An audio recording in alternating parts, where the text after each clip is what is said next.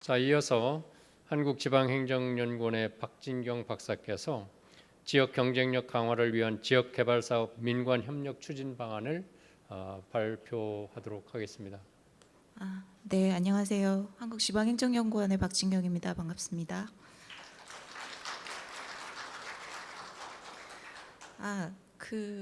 여태까지 문화예술에 대해서 풍부하게 설명을 들으시다가 마지막에 좀 딱딱한 얘기를 해야 될 것 같은데요. 저희 나라에 지금 조금 새로운 제도가 들어와서 요거를 이제 조금 소개를 한번 드려보는 것도 좋을 것 같아서 준비를 해봤습니다.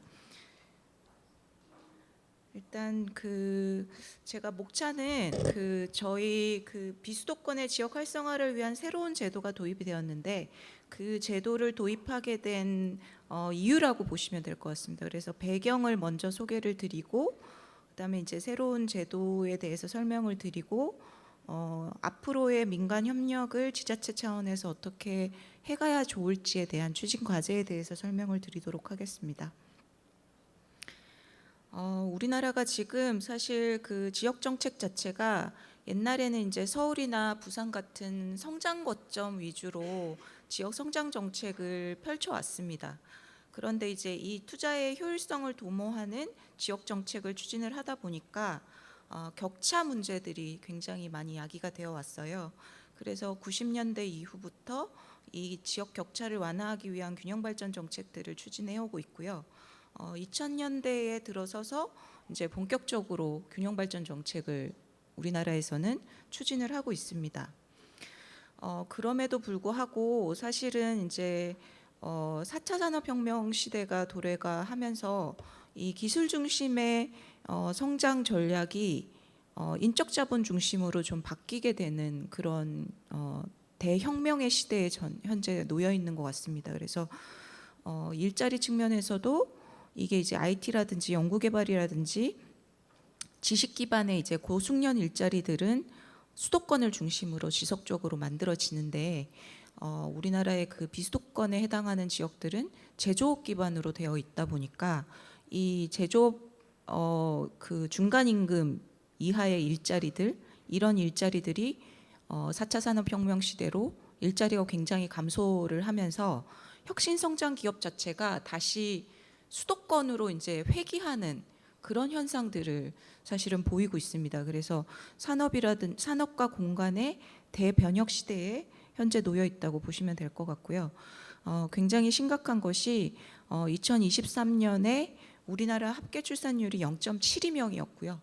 그리고 서울 같은 경우에는 반토막이 났습니다. 0.55명으로 굉장히 낮아졌고 수도권의 이제 20, 30대 청년 인구 비율이 지금 현재 55.8%로 점차적으로 계속적으로 확대가 되고 있고 이제 지역에서 이 청년 인구가 핵심 인적 자본이잖아요. 근데 이 부분들이 수도권 지역으로 계속적으로 이동을 하다 보니까 인적 역량이 취약화되고 그 4차 산업혁명 시대에 기업이 결국에는 사람을 따라가는 형태이거든요. 그래서 지역 기업이 유출이 되고 지역의 악순환이 반복되는 그런 상황에 놓여 있고 우리나라의 이 수도권 일극 집중 현상 같은 것들이 생산의 측면에서 GRDP는 15년부터 수도권이 비수도권을 초과하기 시작했고요. 고용자 측면에서도 취업자의 51%가 수도권에 집중되어 있고 신용카드 사용액은 19년 기준으로 70%가 수도권에서 발생합니다. 그리고 이제 100대 기업 본사의 86%가 수도권에 위치해 있고요. 우리나라 인구 자체도 19년부터 수도권 인구가 비수도권 인구를 초과하기 시작했습니다. 그래서 이 부분들이 지금은 이제 지방 대학의 위기하고도 맞물리면서 학령 인구 자체가 향후 10년간 약 200만 명이 감소한다. 그래서 대학 충원율 자체도 하락을 하면서 수도권과 비수도권의 정주 여건뿐만 아니라 교육 여건 자체도 굉장히 격차가 확대되고 있습니다. 이런 상황 속에서 이제 저희 나라에 이제 윤석열 정부가 들어오면서 지방자치분권 및 지방행정체제 개편에 관한 특별법과 국가균형발전특별법을 통합해서 약칭 지방분권균형발전법을 23년 6월 9일에 제정하게 됩니다. 그래서 자치분권 종합계획과 국가균형발전계획을 합쳐서 지방시대 종합계획을 수립했고요. 그리고 여기에 관련된 특별회계를 13조 원을 만들었고 위원회로 지방시대 위원회로 통합 개편하기에 이르렀습니다. 그래서 이제 우리나라는 대한민국 어디서나 살기 좋은 지방시대를 개막하기 위한 지방시대 비전과 전략을 수립을 했고요. 여기 이제 목표가 자율과 공정과 연대와 희망을 얘기하고 있습니다. 이 지방분권 균형발전법에 이렇게 보시면은 기본적으로 이제 자유를 추구하는 측면이 강하다고 보실 수가 있겠는데요. 이 시대적 변화에 대한 인식을 바탕으로 국가와 시장과 시민사회의 역할을 굉장히 재정립하려고 하고 있습니다. 그래서 이 기업의 생산적인 활동을 굉장히 강조를 하면서 자유주의적이고 종합적인 접근으로 지역의 잠재 역량을 극대화하는 것이 필요하다. 그래서 지방이 새로운 활력의 시작을 알려야 된다라는 측면에서 중앙 주도의 어떤 여태까지의 그 분산형 정책에서 분권형 균형 발전 정책으로 좀 전환을 하자. 이렇게 현재 이제 전체적인 지역 정책에 대한 목토가 좀 바뀌고 있다고 보시면 되고요. 그다음에 이제 제가 지금부터 설명드릴 내용들이 지역 활성화 투자 펀드 제도인데요. 작년 한 여름부터 시작됐습니다. 그래서 관계부처 합동으로 우리나라가 지금 현재 사실 그 아까 말씀드렸다시피 비수도권의 어떤 경제 활성화를 위해서 그 지역 격차를 완화하기 위한 정책들을 90년대부터 꾸준하게 추진을 해오고 있고 지역 투자의 그 최종 통합 재정 지출 기준으로 투자에 관련되는 부분들도 상당히 늘어났고 국고 보조금은 연평균 13%씩 지금 증가했고 현재 이제 행정안전부의 인구 감소 지역 지원 특별법이 마련이 돼서 인구 감소 지역이 현재 89곳이 지정이 되어 있거든요. 그래서 이 지역들을 대상으로 지방 소멸 대응 기금이 신설이 돼서 향후 10년간 10조 원을 지원하는 걸로 그렇게 현재 추진을 하고 있습니다. 그리고 사실 그 지방 소비세율도 인상이 돼서 국세가 지방으로 굉장히 많이 이전이 돼가고 있거든요.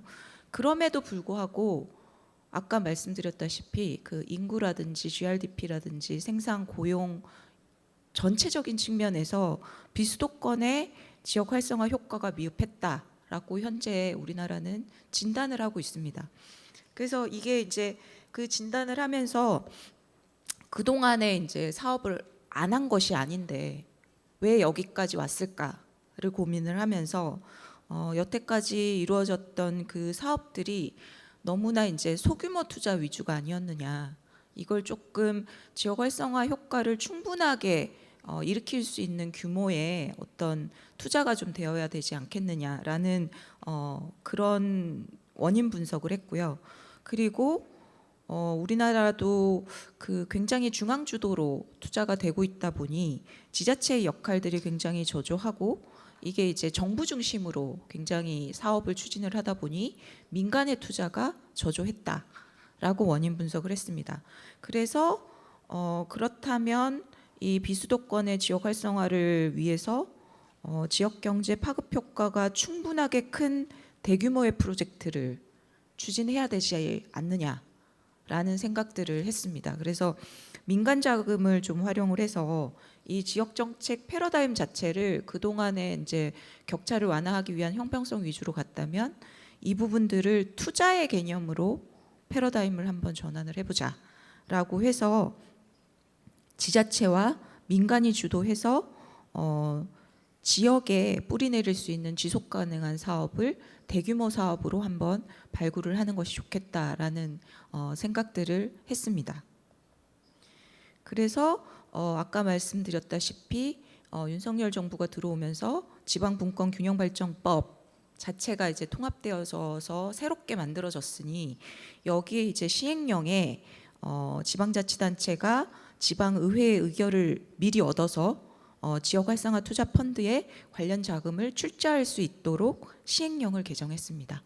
그리고 이 시행령에 따라서 지방자치단체가 지역활성화 투자 펀드와 이 투자 펀드에 그 투자를 하기 위한 SPC, 그러니까 특수목적 법인의 관련 자금을 출자할 수 있도록 행정안전부 고시를 만들었습니다.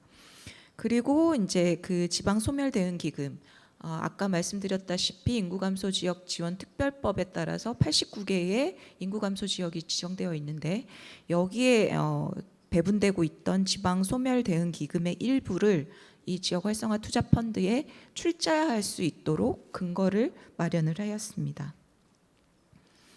그래서 지역활성화 투자펀드의 세부 구조를 보시면은 정부 재정으로 1,000억 원, 그리고 정책금융으로 1,000억 원, 아까 말씀드렸던 지방소멸대응기금 1,000억 원 해서 지역활성화 투자 모펀드를 연 3,000억 원 정도를 현재는 출자를 해서 모펀드를 조성을 했고요.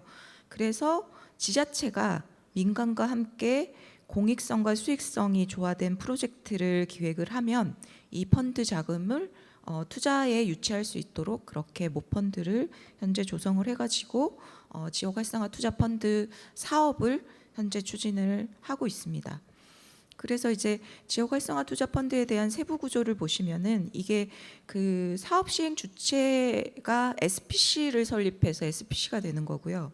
이 SPC가 이제 개발 PM이 시행사가 되는 거고 여기에 시공사가 같이 들어오고 지방자치단체, 그러니까 저희 나라의 광역자치단체와 기초자치단체가 동시에 들어와서 10% 미만으로 SPC 자금에 자본금에 출자를 하게 되고요. 거기에 이제 지역활성화 투자 모펀드가 이 지역활성화 투자 자펀드에 출자를 함으로써 사업이 시행이 됩니다.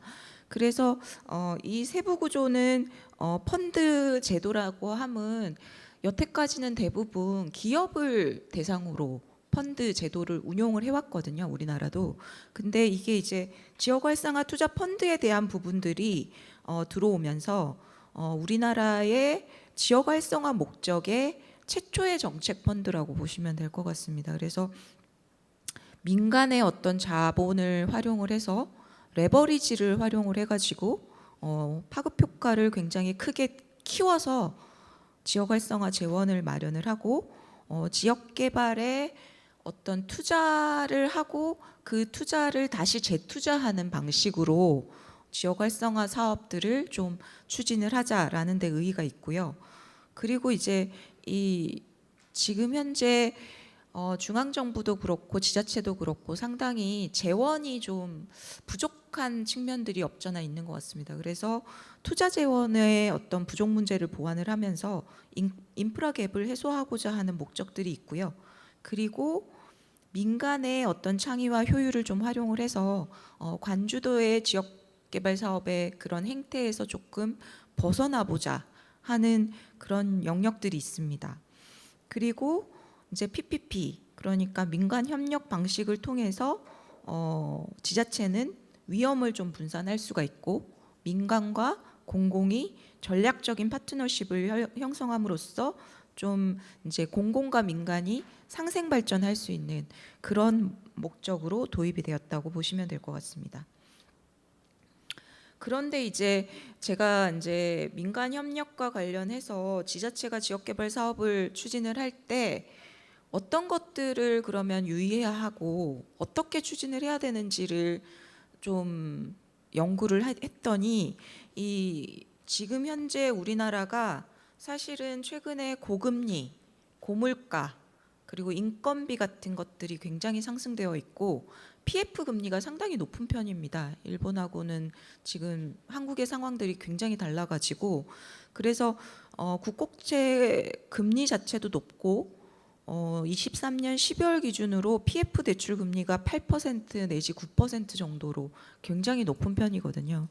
그래서 이게 이제 고금리라든지 고물가 때문에 인건비가 워낙에 상승하다 보니 지방의 투자 위축들이 수도권보다 비수도권에 굉장히 더욱 악화되어 있는 것이 현실입니다. 그래서 이게 투자 펀드 제도를 도입해서 지역 개발 사업을 추진을 하려고 하고는 있으나 이 이제 민간 협력 그 여건 자체가 그렇게 쉽지만은 않은 상황이다라는 것들이고, 그다음에 이제 우리나라가 사실은 PPP와 관련해서 그 제도가 없었던 것이 아닙니다. 사회 기반 시설에 대한 민간 투자법이 94년도에 이제 제정이 되어 가지고 사실은 기획재정부 산하에 이 국내 민간 투자 사업들이 94년부터 꾸준히 이루어지고 있거든요. 근데 이걸 이제 민간 투자 사업을 좀 들여다보면 비수도권의 경우에는 도로 내지 SOC 국방 시설을 제외하면 94년부터 지금까지 약 400건밖에 없었고요. 그게 이제 환경 시설 내지는 교육 시설에 치우쳐 있습니다. 이게 이제 공공성을 좀 더 확보한 사업 위주로 추진을 하다 보니 교육시설이라든지 환경시설 위주로 추진이 되고 있었고, 지금 이제 2007년도에 이제 이 민간 투자 사업 자체가 굉장히 많다가 2000년 들어오면서 굉장히 낮아진 그래프 형태를 보실 수가 있잖아요. 이게 이제 민간 투자 사업 자체가 우리나라에 처음 들어올 때 MRG, 그러니까 운영 수입 보장이 있었어요. 그래서 민간 투자 사업이 추진이 되었지만 정부가 운영 수입을 보장을 해줬기 때문에 그때 당시에 민간 투자 사업이 굉장히 활발한 것처럼 이루어졌었으나 그 MRG가 폐지가 되면서 민간 투자 사업 자체가 굉장히 위축되어 있다라는 것들을 보실 수가 있어서 새로운 제도가 도입됐지만 지자체에서는 이런 것들을 유념할 필요가 있는 것 같고, 그다음에 이제 이 지역 민간 투자 활성화 투자 펀드가 들어오면서 지금 1호 펀드가 2개로 압축이 되어 있습니다. 그래서 충북 단양역에 복합 관광시설 개발 사업하고 경북 구미시에 노후 국가산단 기숙사 건립 사업이 1호 펀드 사업으로 지정이 됐습니다. 그래서 이걸 보시면은 현재는 이 지활 펀드 자체가 민간 투자 활성화에 굉장히 사실은 포커스가 맞춰져 있어요. 그런데 면밀하게 들여다보면 지자체의 역할들이 굉장히 중요합니다. 왜냐하면은 이 충북 단양역 같은 경우에는 이 지활 펀드 제도가 들어오기 전부터 사실은 단양시에서 7, 8년 동안 민자 유치를 해오고 있었어요. 그래서 충북 단양시 자체가 우리나라에서는 관광으로 굉장히 유명합니다. 그래서 그 관광 인구 자체가 등록 인구 대비 생활 인구가 8.6배. 그러니까 관광으로 오시는 분들이 굉장히 많다는 거죠.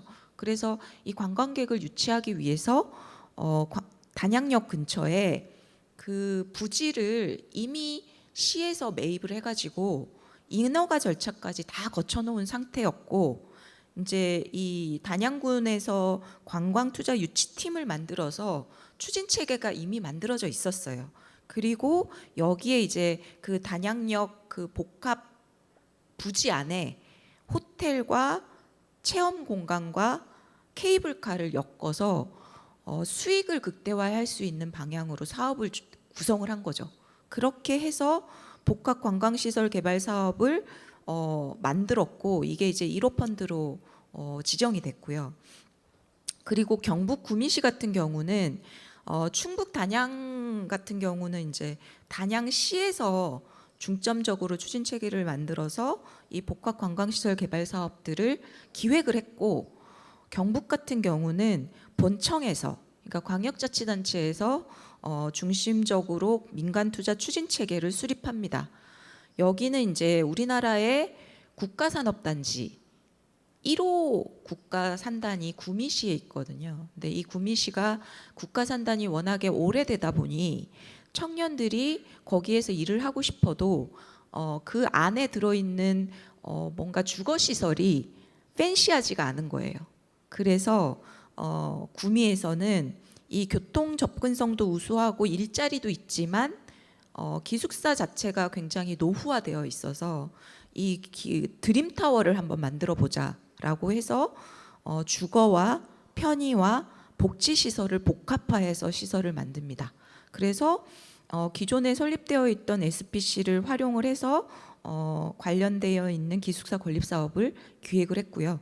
그래서 이 지자체에서 민간 협력 사업을 추진하려면 기존의 어떤 역할 역량 같은 것들을 갖춰져 있어야 되고, 지자체의 민간 협력 추진 체계가 이미 만들어져 있는 추진 체계가 필요하다라는 것들을 알 수가 있고, 그래서 우리도 이제 이 비수도권의 전문가들이 사실은 향후 비수도권의 인구가 40%까지 줄어들 것이라고 예측을 합니다. 지금 현재는 50%지만 수도권의 인구는 앞으로 4차 산업혁명 시대에 더 늘어날 것이다 라고 예측을 하고 있고, 그렇다면 비수도권의 지역 투자의 패러다임을 전략의 시대로 조금 다르게 가져가야 되지 않느냐. 그래서 지역 경쟁력 강화를 위해서 민간을 충분하게 활용할 수 있도록 하되 지자체 주도의 민간 투자를 활성화할 수 있는 방향성을 만들고, 그래서 민간 투자 자체도 중앙 주도가 아니라 분권형으로 좀 가져가야 된다라는 생각들을 하고 있고요.